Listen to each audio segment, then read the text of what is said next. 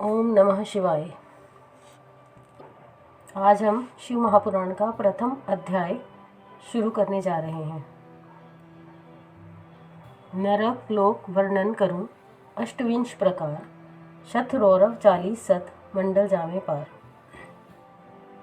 शौनकादिक ऋषि तथा अन्य मुनिजनों ने भगवान वेद व्यास के परम पौराणिक शिष्य श्री सूत जी से विनम्र शब्दों में हाथ जोड़कर प्रार्थना की कि हे महात्मा, आपने पुराणों में श्रेष्ठ श्री शिव महापुराण को अमित फलों को देने वाला तथा समस्त वेदों और उपनिषदों का सार कहा है। सो हम सब इस शिव पुराण के महात्म्य को श्रवण करना चाहते हैं। आप कृपया करके हमसे शिव महापुराण के महात्म्य का वर्णन करिए। ऋषिजनों के इन स्नेह आसक्ति वचनों को सुनकर श्री सूत जी परम प्रसन्न होकर बारंबार भगवान सदाशिव के चरण कमलों की वंदना करते हुए बोले कि हे मुनीश्वर, आप प्रशंसा के पात्र हो। आपकी भगवत भक्ति को देखकर मेरा हृदय अति प्रसन्न है। आपकी इस उत्कंठा को देखकर मैं आपके समक्ष शिव महापुराण के उस परम पुनीत महात्म्य का वर्णन करता हूँ जो देवताओं को भी दुर्लभ है। यह महात्म्य समस्त फलों को देने वाला है। इसके श्रवण मात्र से ही प्राणी भगवान शिव की असीम कृपा को प्राप्त करता है, क्योंकि इस महापुराण का वर्णन सर्वप्रथम भगवान सदाशिव ने अपने ही मुख से श्री सनत कुमार जी से किया था। इसी कारण यह महापुराण के नाम से विख्यात हुआ है। भगवान सदाशिव के मुख से शिव महापुराण को श्रवण कर सनत कुमार जी ने इसे श्री वेद व्यास जी को सुनाया। भगवान वेद व्यास जी ने लोगों का कल्याण करने की इच्छा से इस महापुराण को संक्षिप्त करके मुझे सुनाया।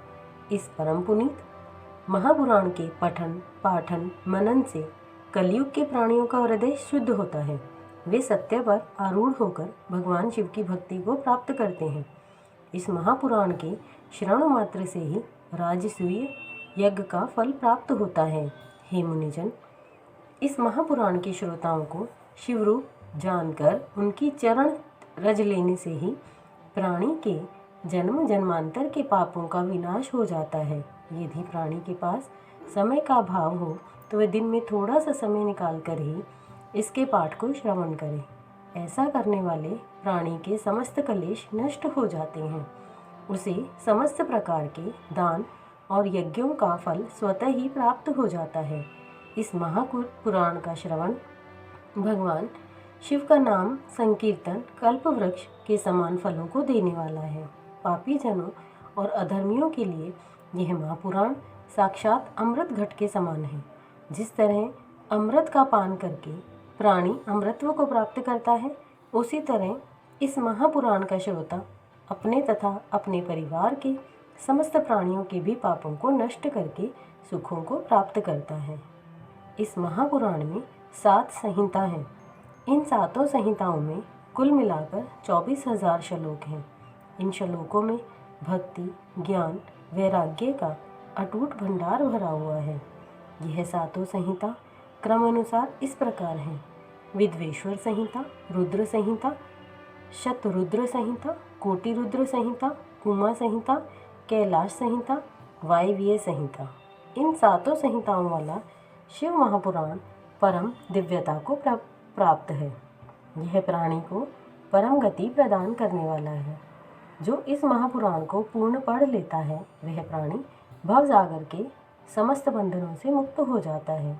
हे मुनिजन, वह प्राणी महान दुर्भाग्यवान है जो मानव देह के धारण करने के पश्चात भी इस महापुराण को न तो पढ़ता ही है और न ही श्रवण ही कर पाता है। वह जीवन भर अज्ञानवश भ्रमता रहता है। शिव महापुराण मुक्ति को प्रदान करने वाला है। जिस घर में यह महापुराण रखा जाता है वह स्वतः तीर्थ हो जाता है। इसके प्रभाव से अश्वमेघ और सहस्त्रों वाजपेयी यज्ञों का फल प्राप्त होता है। जो प्राणी इसे भक्तिपूर्वक श्रवण करता है, उसके कोटि कोटि जन्म के पाप स्वतः नष्ट हो जाते हैं। गंगा जैसी परम पुनीत नदियाँ और सातों बुरी तथा गाय आदि तीर्थों का जो फल होता है, वह इस पुराण के फल के सम्मुख हे है। जो प्राणी शिव जी के चरणों में प्रीति स्थिर करके इस पुराण को पढ़ता है वह निश्चय ही परम भाग्यशाली है। जो मृत्यु के समय इस पुराण को श्रवण करता है वह सीधा शिवलोक को प्राप्त करता है, और जो शिव महापुराण का सत्कार रेशम के वस्त्रों से करता है वह सर्वदा सुख प्राप्त करता है। यह पुराण भगवान सदाशिव का सर्वस्व है। यही महापुराण धर्म, अर्थ, काम और मोक्ष को देने वाला है। अध्यात्म का ज्ञान करने वाले प्राणी को इसका सदैव सेवन करना चाहिए। यह महापुराण ब्रह्मा, विष्णु आदि देवताओं को प्राणी से भी अधिक प्रिय है।